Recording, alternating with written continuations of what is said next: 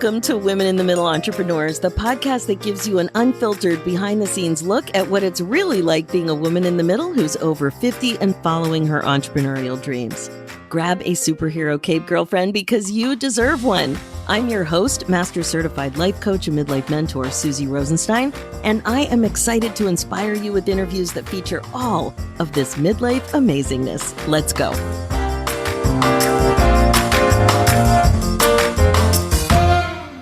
Hey there, welcome back to the show. We have another really exciting interview ahead of us about being a functional medicine doctorpreneur. Today, you're going to be meeting Dr. Kris Sargent, a woman in the middle entrepreneur who closed the door to her traditional medical practice due to burnout and transitioned her practice of functional medicine to virtual coaching that is faith-based. Welcome to the show, Kris. Thanks so much for joining us today. Oh, Suzy, thank you so much. We've been jiving already, and I know we're going to have a good time right here.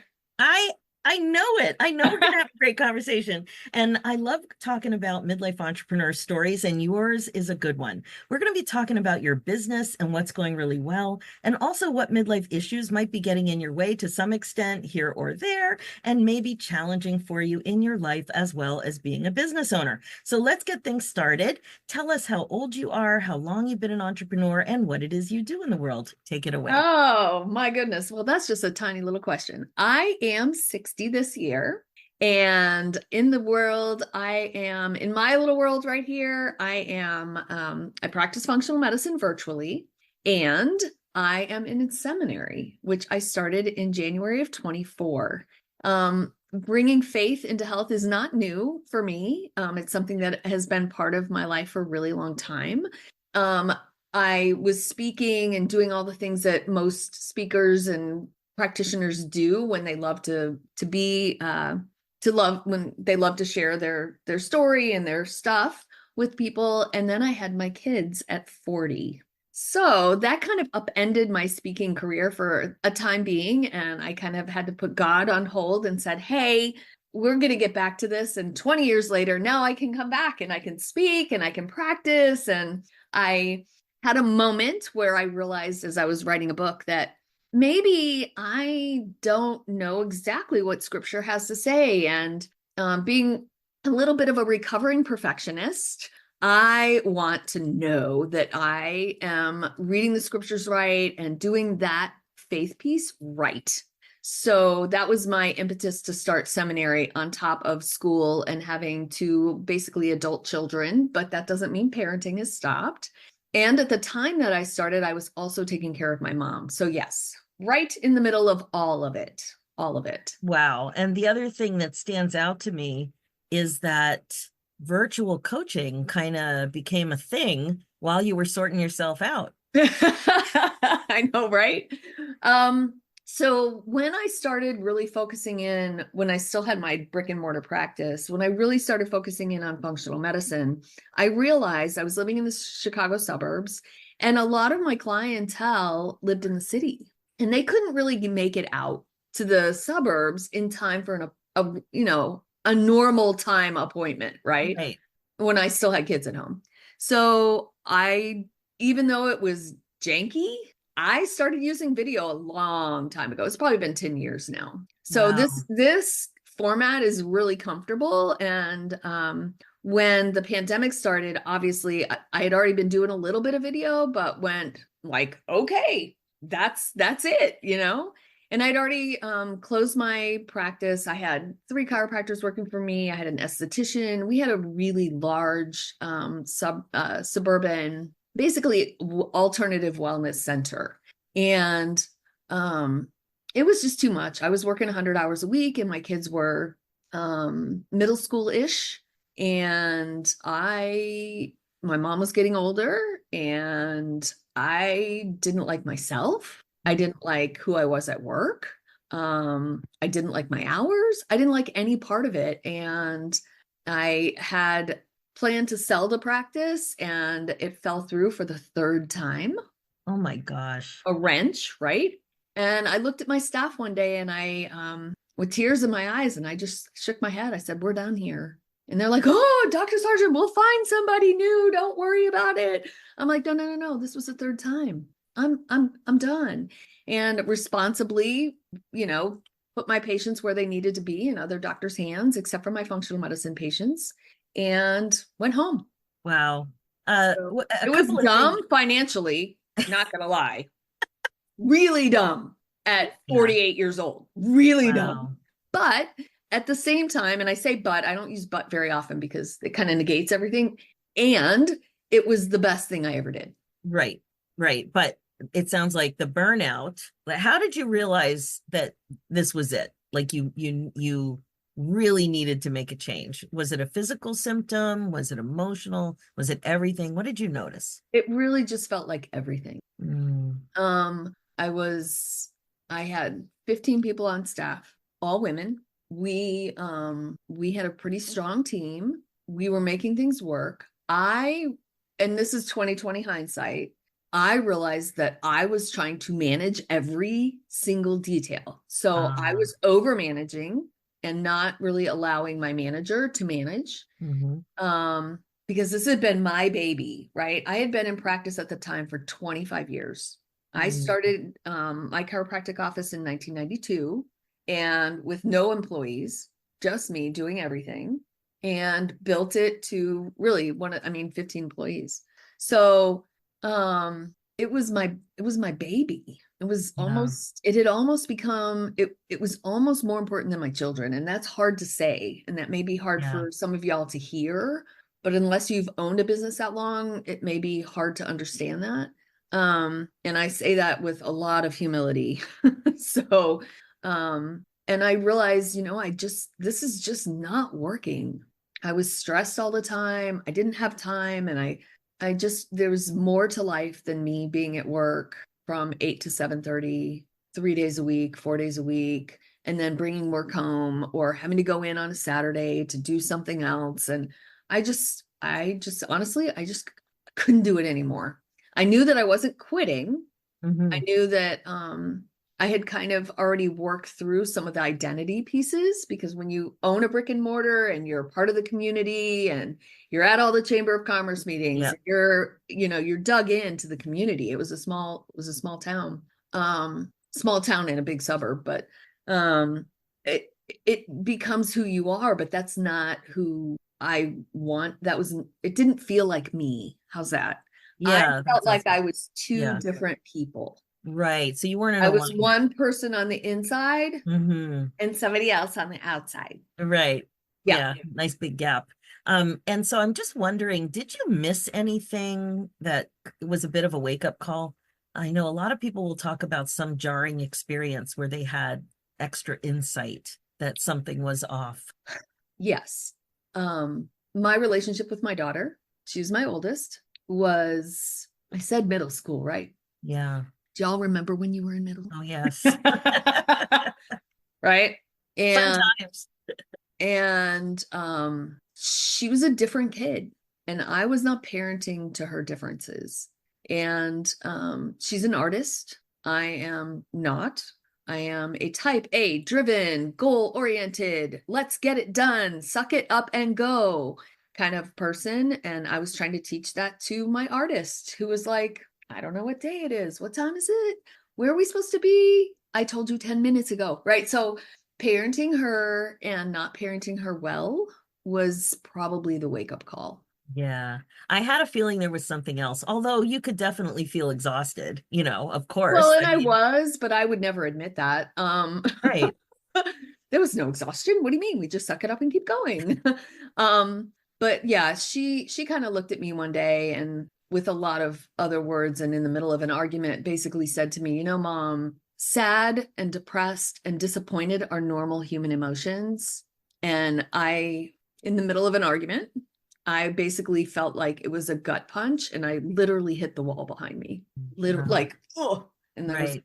and I knew things needed to change. And Mm, I knew that I needed to change. And yeah. she was right. And she was 15. Well, Really hard to let your 15-year-old yeah. old tell you. And I feel like that moment shifted the trajectory of so many things in my life. Yeah. And He started to question things and be open to other possibilities. Yeah, I had a couple of those situations too, and I talked to a lot of people, and usually there is something that just helps them open their eyes a bit more or look Mhm. at something differently. One of my kids went to residence when he went to university to my alma mater, and I was out of town and missed the move in. And I was so excited for him, and I just could not believe that I was doing something that brought me out of town and that I'd made that decision. And it just was very surprising. And then eventually I ended up with eyeball pain. And I was like, wow, this is different. I never have eyeball pain. And it really was jarring. I didn't hit the wall like you did, but I certainly started to think that something was off. I couldn't continue this way. And it was like a bit of a wake up call. So thank you so much for sharing that. Mhm. Um, that's really important stuff. And you had the wherewithal to let her speak and to be open and hear what she was saying. That's a beautiful thing. Y'all, you have to know that in that moment, I told her she was right. Wow. And I think as parents, we feel like we always have to have all the answers. Mhm. And I'm here to tell you, the moment you humble yourself and realize that you don't, the more human you become to them, and the relationship shifted. No, it did not shift overnight. She's 21, Of course not. and we have been in it and through it. And we are out on the other side by the grace of God. We are on the other side of it for the most part. But that's 6 years. Yeah. Well, thank you so much for sharing that. I think that is a very real story that is easy for so many of us to identify with. Now, the other thing that I would love for you to talk about a little bit more is how did the idea to, first of all, lean into faith, but then to combine it with medicine? Like, how did that come to you? Because that's quite a creative combination. Well, I wish I could say it was mine, but it's actually in the Bible, Old Testament and New. So in the Old Testament, there's a whole long place in Exodus and Leviticus, if you will, about building a temple and about building the Ark of the Covenant. And I'm not going to get too far into it because y'all are going to be bored to tears. But there's a lot of detail in that. And then in the New Testament, it says that we are supposed to take care of the temple, and our body is the new temple. In the New Testament, if you believe in Jesus, then he took the place of the old covenant law, right? And so when Jesus comes into our life, he imparts the Holy Spirit, because God is triune in the Christian faith. And that's really hard to fathom and hard to understand and all that. I get that. Just put that in the shelf of it's a mystery. And it's where faith comes in. And if the Holy Spirit is going to live in me, this is the temple. Like where the Old Testament had the 10 commandments was the Ark of the Covenant. That's what the Ark did.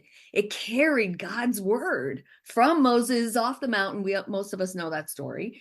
So that's how holy the Ark of the Covenant was. That is also how holy our body is. And so if we have part of God as the Holy Spirit in us, I just didn't think that McDonald's belonged there. Or Really? any or your favorite junk food, whatever that might be, with 35 million ingredients. Just saying. Yeah. Um, and food is a big conversation here in the United States right now. So, Mhm. I actually realized it a very long time ago. Like I was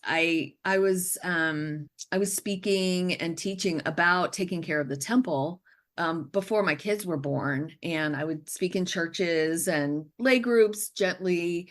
And I was doing a lot of public speaking, and I loved it. And that's where I want to go again.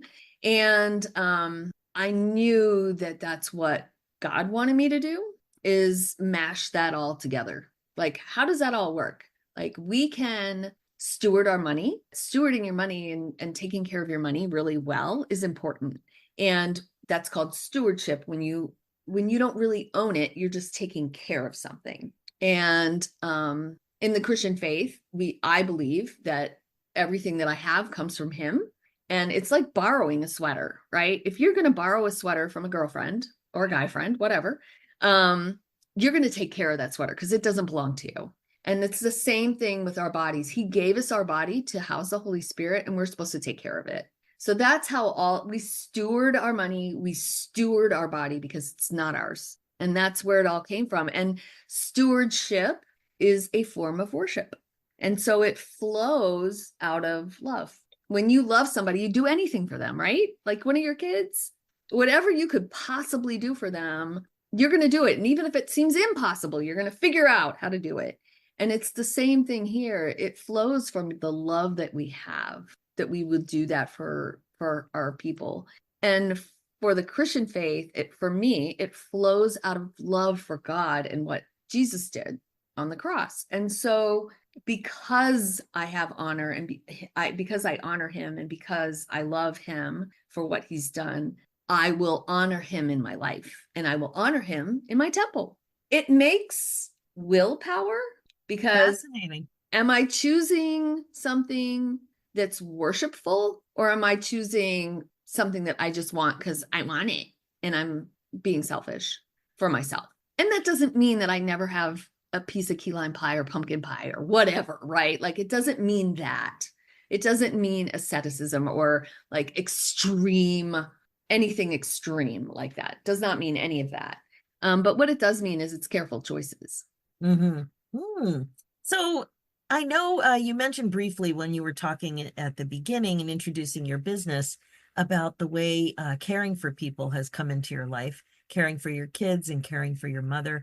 And that's related to the next question I wanted to ask you about, which is what midlife challenges have you faced as you are developing your, well, you always were an entrepreneur, but as you were developing this part, post burnout of creating really what you're called to do and this beautiful combination that you've decided to pursue. So what is coming up for you or what has come up for you in terms of midlife? So it's interesting.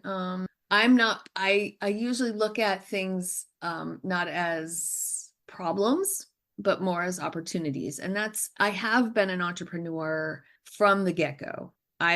Once I went through chiropractic school, I never worked for anybody else. I've always worked for myself. I taught anatomy and physiology at the college level for a couple of years, and I worked at the chiropractic school over the interns. So I was a clinician teaching medicine, teaching chiropractic and clinical medicine.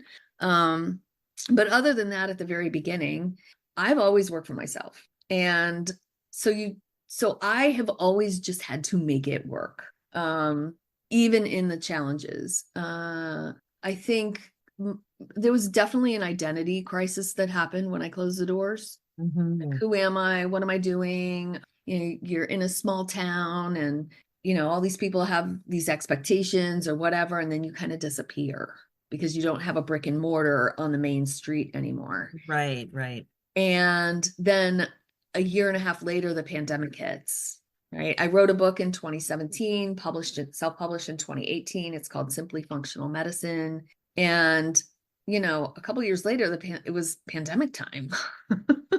Yeah, and that comes up so much on this podcast because I bet. even though we're a few years from that phase of it, it has affected so many of us in so many ways. The way we think, the way we thought about certainty, decisions we had to make in the business, what doors closed, what doors opened, so many things. But when that happened, it sounds like, is that the same time that your mom needed care? It was. Ah. So she had some minor stroke issues in the fall of 2019 and moved in with me Christmas of 2019. Now, we did not know that March of 2020, 3 months later, what was going to happen. And so I thought, well, she'll live with me for a couple months and we'll put her in assisted living and everything will be fine. And because that relationship wasn't easy for me, but I knew that that's what I needed to do. So she lived with me, and then the pandemic hit. And here are these personalities, right? Wow. And she had dementia. that went way down fast after her mini strokes and some of those issues. And she just was not herself. And luckily, because I'm a physician, I knew what was happening. And I also knew that it wasn't her anymore. But to separate that child Mhm. from mom and become caretaker took a while. Yeah, plus everything going on with the pandemic, there weren't other services that were easy to access or other things that Nope, there places was to go. nowhere for her to Yeah. go. And There was no, nothing for her yeah, to do. and And no way to she get didn't help so much. understand, that she couldn't just Wow. jump in her car and go grocery shopping. I'm like, Mom, this doesn't work like that. So Wow. she was always the go-getter kind of person. And so it was hard for her. And it was hard. I'm not gonna lie. No, no, it sounds hard. You know, I believe every word you're saying. And my kids were in high school. So Wow. and my son plays baseball, and I didn't, at that point, I was not missing any games anymore. I was on parenting. And, my daughter was having her things. She's in theater and she's an artist. And so very different children, very Mhm. different personalities, all living in the same house with my mom Yeah. and their grandma, who also helped raise them. I was divorced in 2012. My ex-husband and I have had a great relationship. We've worked very hard to have a good relationship for them. And that's what it was always all about, was having a good relationship for them, regardless of our own issues. So, luckily for them, they were at his house part of the time. And so that made it much easier for them because they could get away from it a little bit. They weren't always in it. And when they would go, I'd be like, okay, just mom now, and I would focus my work during those times. And when they would come back to my house, I noticed that I really had a hard time working, but I would have to do some. I had to see clients and they had to figure it out. And I was seeing clients like this on Zoom. And it it wasn't always easy. And the dogs would bark and the doorbell would ring and Amazon would come and DoorDash and all Yeah, the I things. know. I know. Oh my gosh, it's so crazy. And it's like a blur. It's like It is a when they blur. were babies.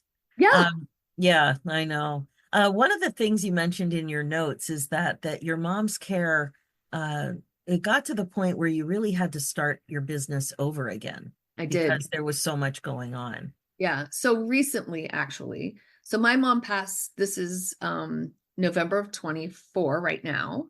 Mom passed in March of 24. So Oh, the sorry. last couple of years that I took care of her, there was not a lot of my business kind of went down, not gonna lie. I mean, not zero, but a far cry from having 15 employees. Yeah. And I did start my podcast in 2020. It's been fits and starts based on the time that I had and the bandwidth that I would have and Cooper's baseball schedule and just all the things in life and taking care of her.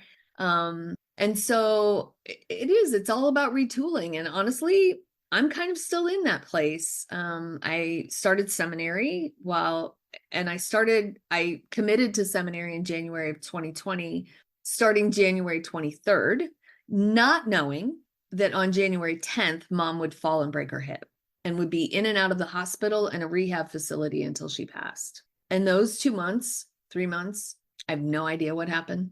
I couldn't tell you. I was either at the hospital, at the rehab center, or on a Zoom with a client, right? Like there was nothing else. I was making food. I was going to the gym to keep myself sane. And those were the two things that I kept consistent with. And I find in my experience with clients, those are the two things that are the first things to go. I don't have time to go to the gym. I don't have time to make food. And I just need to handle these emergencies first. And I'm telling you, that whole oxygen mask thing is what got me through because I put my own mask on first. I That was critical. always it is absolutely critical. I would make a ton of protein one day a week. My whole grill would have chicken and steak and burgers. and I would freeze all of it so that I always had protein. Oh my The gosh. rest of your meal is easy, right? Yeah, Okay, here's your exactly. takeaway tip, right? Here's your first takeaway, y'all. Make a ton of protein and freeze it. Because once your chicken is, if you come home at 7 o'clock after a heck of a day, or you're taking care of somebody and you have frozen pizza and a frozen piece of chicken that's not cooked, you're going for that pizza. And I don't blame you. 100%. You Right? know, But if that um, chicken is already cooked, it's 2 minutes in the microwave or less, and it's on a salad by opening a bag. yeah, It doesn't have to be complicated. yeah, that's a great tip. One of the things that I started thinking about what's going on in midlife. Obviously, I've been in this space now for 10 years. And what I like to call it is we need a different operating system, a midlife operating system, the kind of stuff that worked to run our lives, to run our households, to all, do all that stuff. It needs a tweak now. Yeah, it does. And yeah, because of, well, the way you explained your life, that's reality. That is what happens for so many of us. Now, one thing you mentioned in your notes is that you never really thought of your age in relationship to being an entrepreneur. Nope. It's My age funny. has never had anything to do with any of that. And maybe partially because I've been in this space for a long time. Mhm. And when my son was 5, I told you I had my kids late. Yeah. When he was 5, I was 45 pounds heavier than I am now.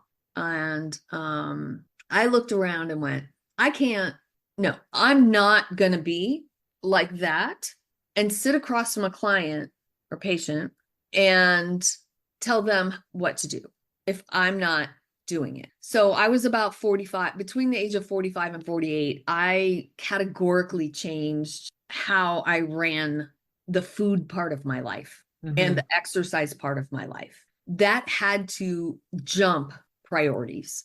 Also, I knew my kids were, they were old enough that they could start learning new habits and good eating habits and eat your broccoli, kind of thing. And I knew that I would be the role model for that. And if I didn't take care of my body, they wouldn't either. Our kids do what they see us do, not what we tell them. Great And observation. Such a good observation. And so you dialed that in. Now, another thing I love to talk about with older women is that we're not just older, but we're older and wiser. And you did yes, mention wisdom. So tell me about what you've noticed with this feeling of wisdom or this acceptance that you do have more wisdom than you used to and decision making. slow down. Slowing down has been the key to really looking at things differently and better. I learned that when I went through menopause, I was about 53. And I had to change some exercise things then too. And I started running again. Now you don't have to run, y'all. You don't, but walking, good pair of shoes, it's free, basically. I started running again. And that gave me so much clarity in my life every day. I could be out for 30 minutes or an hour, and I would come back feeling better because you change your physiology, so you change your brain. Even a 3 to 5 minute dance party. So this is tip number 2. 3 to 5 minute dance party. Find your favorite song. Find your favorite fun, upbeat, go get it kind of song. Put your AirPods in, go to the bathroom at your office and have a 3 to 5 minute dance party by yourself. Nobody cares. And you will change your physiology, you will change your attitude, and you change your brain. And you can come back feeling so much different. And so that was one way that I dealt with the things that I had to manage. And the wisdom piece that came out of that, that was one place. But I also, my spiritual life I was very faith-based for a very long time. When I got divorced, God and I were we were kind of at odds with each other for about 7 years. And not I didn't walk away, but I was really angry. And in 2019, actually right before my mom had her strokes and stuff, I had a moment and rededicated to my faith. And so that piece also became a big part of slowing down and spending time with the Bible and spending time in devotions. And really, I said at the beginning, like I was one person on the inside and a different person on the outside. And I was able to become more congruent. And that is where wisdom comes from. When you're the same person on the inside as the outside, you're not trying to fool anybody anymore. You're not trying to fake it till you make it. You just are who you are. And that acceptance, what you said, the acceptance of this is how God put me together. I'm a little crazy. I'm a little weird. I'm a chiropractor. I know. I practice functional medicine, and I've practiced functional medicine before functional medicine was a thing. I practiced functional medicine in 1992. Yeah, So that was early. I don't know that many people I even was knew what that diagnosing, was. I was diagnosing all of the gluten allergies back in 92. There was nothing on the shelves at Whole Foods that you could buy for gluten-free people. Right. There was nothing. There was one bakery in all of Chicagoland that did gluten-free bread, and that Wow. was it. So I wasn't super popular as I was diagnosing all these problems Mm. with gluten and dairy and all that. But so I've been doing it for a long time. It just becomes part of who you are. And so realizing that, yeah, I'm a little bit different than the average bear, but that's the way we all are if we could just embrace that difference. Yeah. Instead of trying to fit in, instead of trying to be one of the girls, instead of trying to put a face on to fit in, embrace your weird and let people love you where you are. Yeah. And That's then you good. find you find your tribe and you don't feel like a weirdo. Yeah, 100%. And I guess just to wrap things up, I love what you shared in your notes. I want you to talk about it a little bit about what helps you cope and helps you just really live that balanced life that you want to prevent burnout.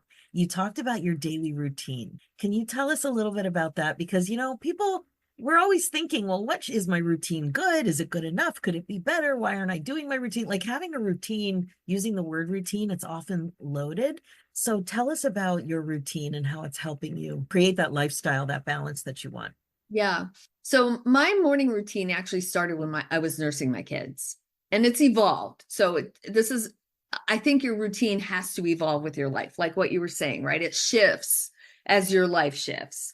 But there's some rocks on my schedule, like the big rocks on your schedule that don't move for anybody. And I've sort of alluded to them already. But one of the things that I learned when I was nursing my kids was I could nurse that middle of the night one, the 3 o'clock one, till 4-ish, and then I would just get up. Now, I don't necessarily recommend that, and I recommend it wholly. What it did for me was shift me from being a night owl to being a morning person Ah. by choice, because I was tired at 9 o'clock at night. I had Mhm. two babies. I'm two and a newborn, a 2-year-old and a newborn. And I wasn't feeling great.